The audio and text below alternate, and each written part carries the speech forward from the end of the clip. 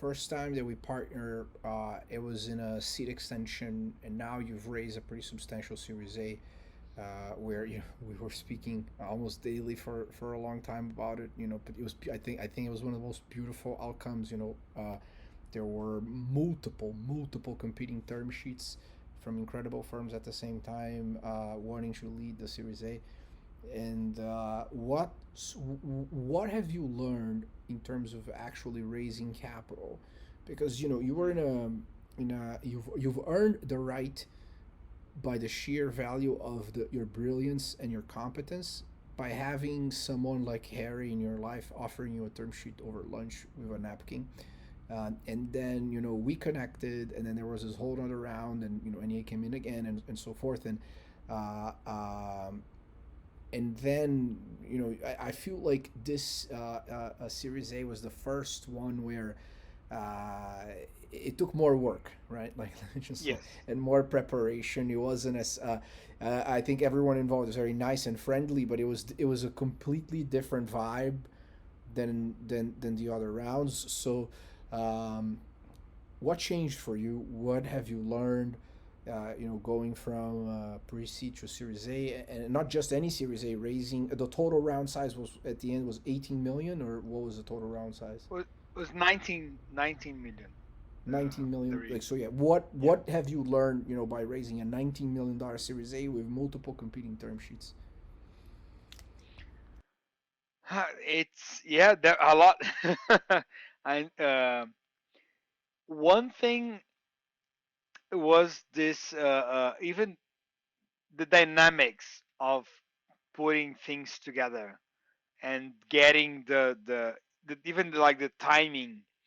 What I've learned a lot, and even I think a lot from you as well, was that first we should start with the funds that we have to try to be ready to do all the presentations and all those things in a short period, because if you excite people enough that they want to invest, you want to keep a momentum. And if you try to do this over a long period, obviously the first people you lose their momentum.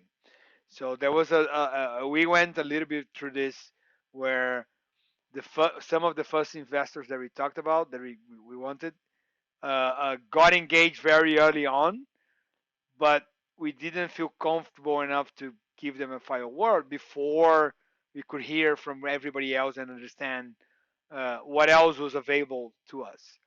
So trying to build maybe all the data room and presentation and everything, get that ready so you can comprise all the presentations and talk on a short period of time, so you can keep the momentum with everybody you like, everybody you talk to. It's a very valuable learning.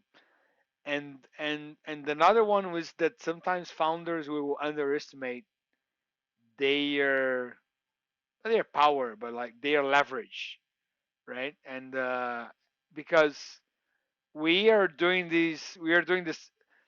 Most of founders are gonna be they're gonna be doing their Series A for the first time. I think obviously there's like serial founders. They're going to be like maybe the second, third time, and that's going to be a completely different conversation.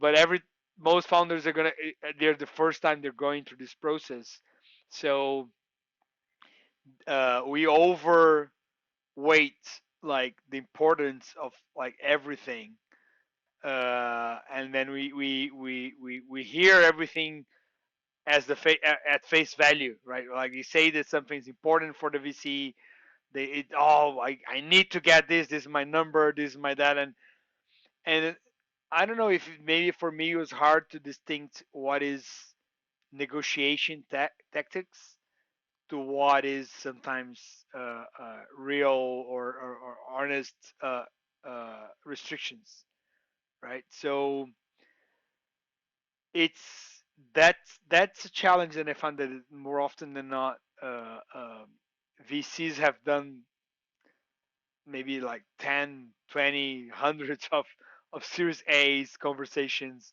They will uh, they are trying to negotiate and doing the best. to get to that point, their position. But a lot of times, I think the founder doesn't realize that they have more leverage than they they they think they do.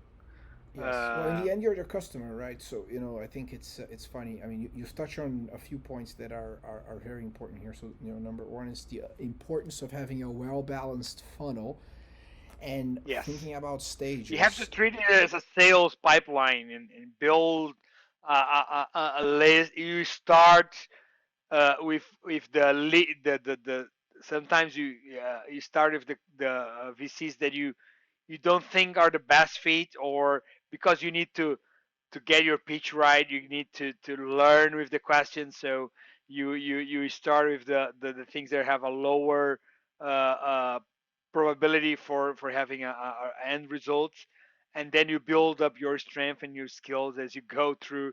Then you leave the guys you really like for later.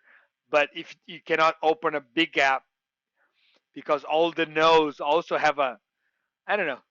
You obviously, if you do it properly and you have a big list, you're gonna receive more no's than yes, right? If you have, even if you have 100, if you get a 20 term sheets out of 100, I think it's already a big win.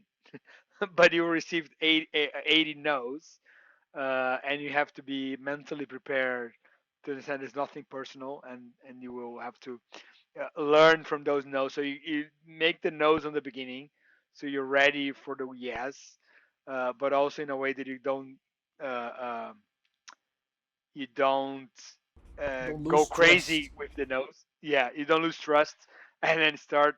So it's a interesting dance, and planning helps a lot. So that's something that I learned for you. Like, build a pipeline, plan the sequence right, try to concentrate them all in a short period of time, so you can have your high energy and high spirit at that point, and the negotiations would not. You're not going to have to stretch negotiations because you're waiting for answers from someone else. You create the FOMO, which works in humans in everywhere. We bloody humans works in the fear of missing out is universal. But don't be cocky, and don't try to because investors are a clever bunch. Like, if you are, don't BS, don't lie, don't try to pretend that you're more than you are. But you can build a true fear of missing out if you're saying, like, I'm actually talking to 100 thing. I actually have like different term sheets. I lying is the worst case.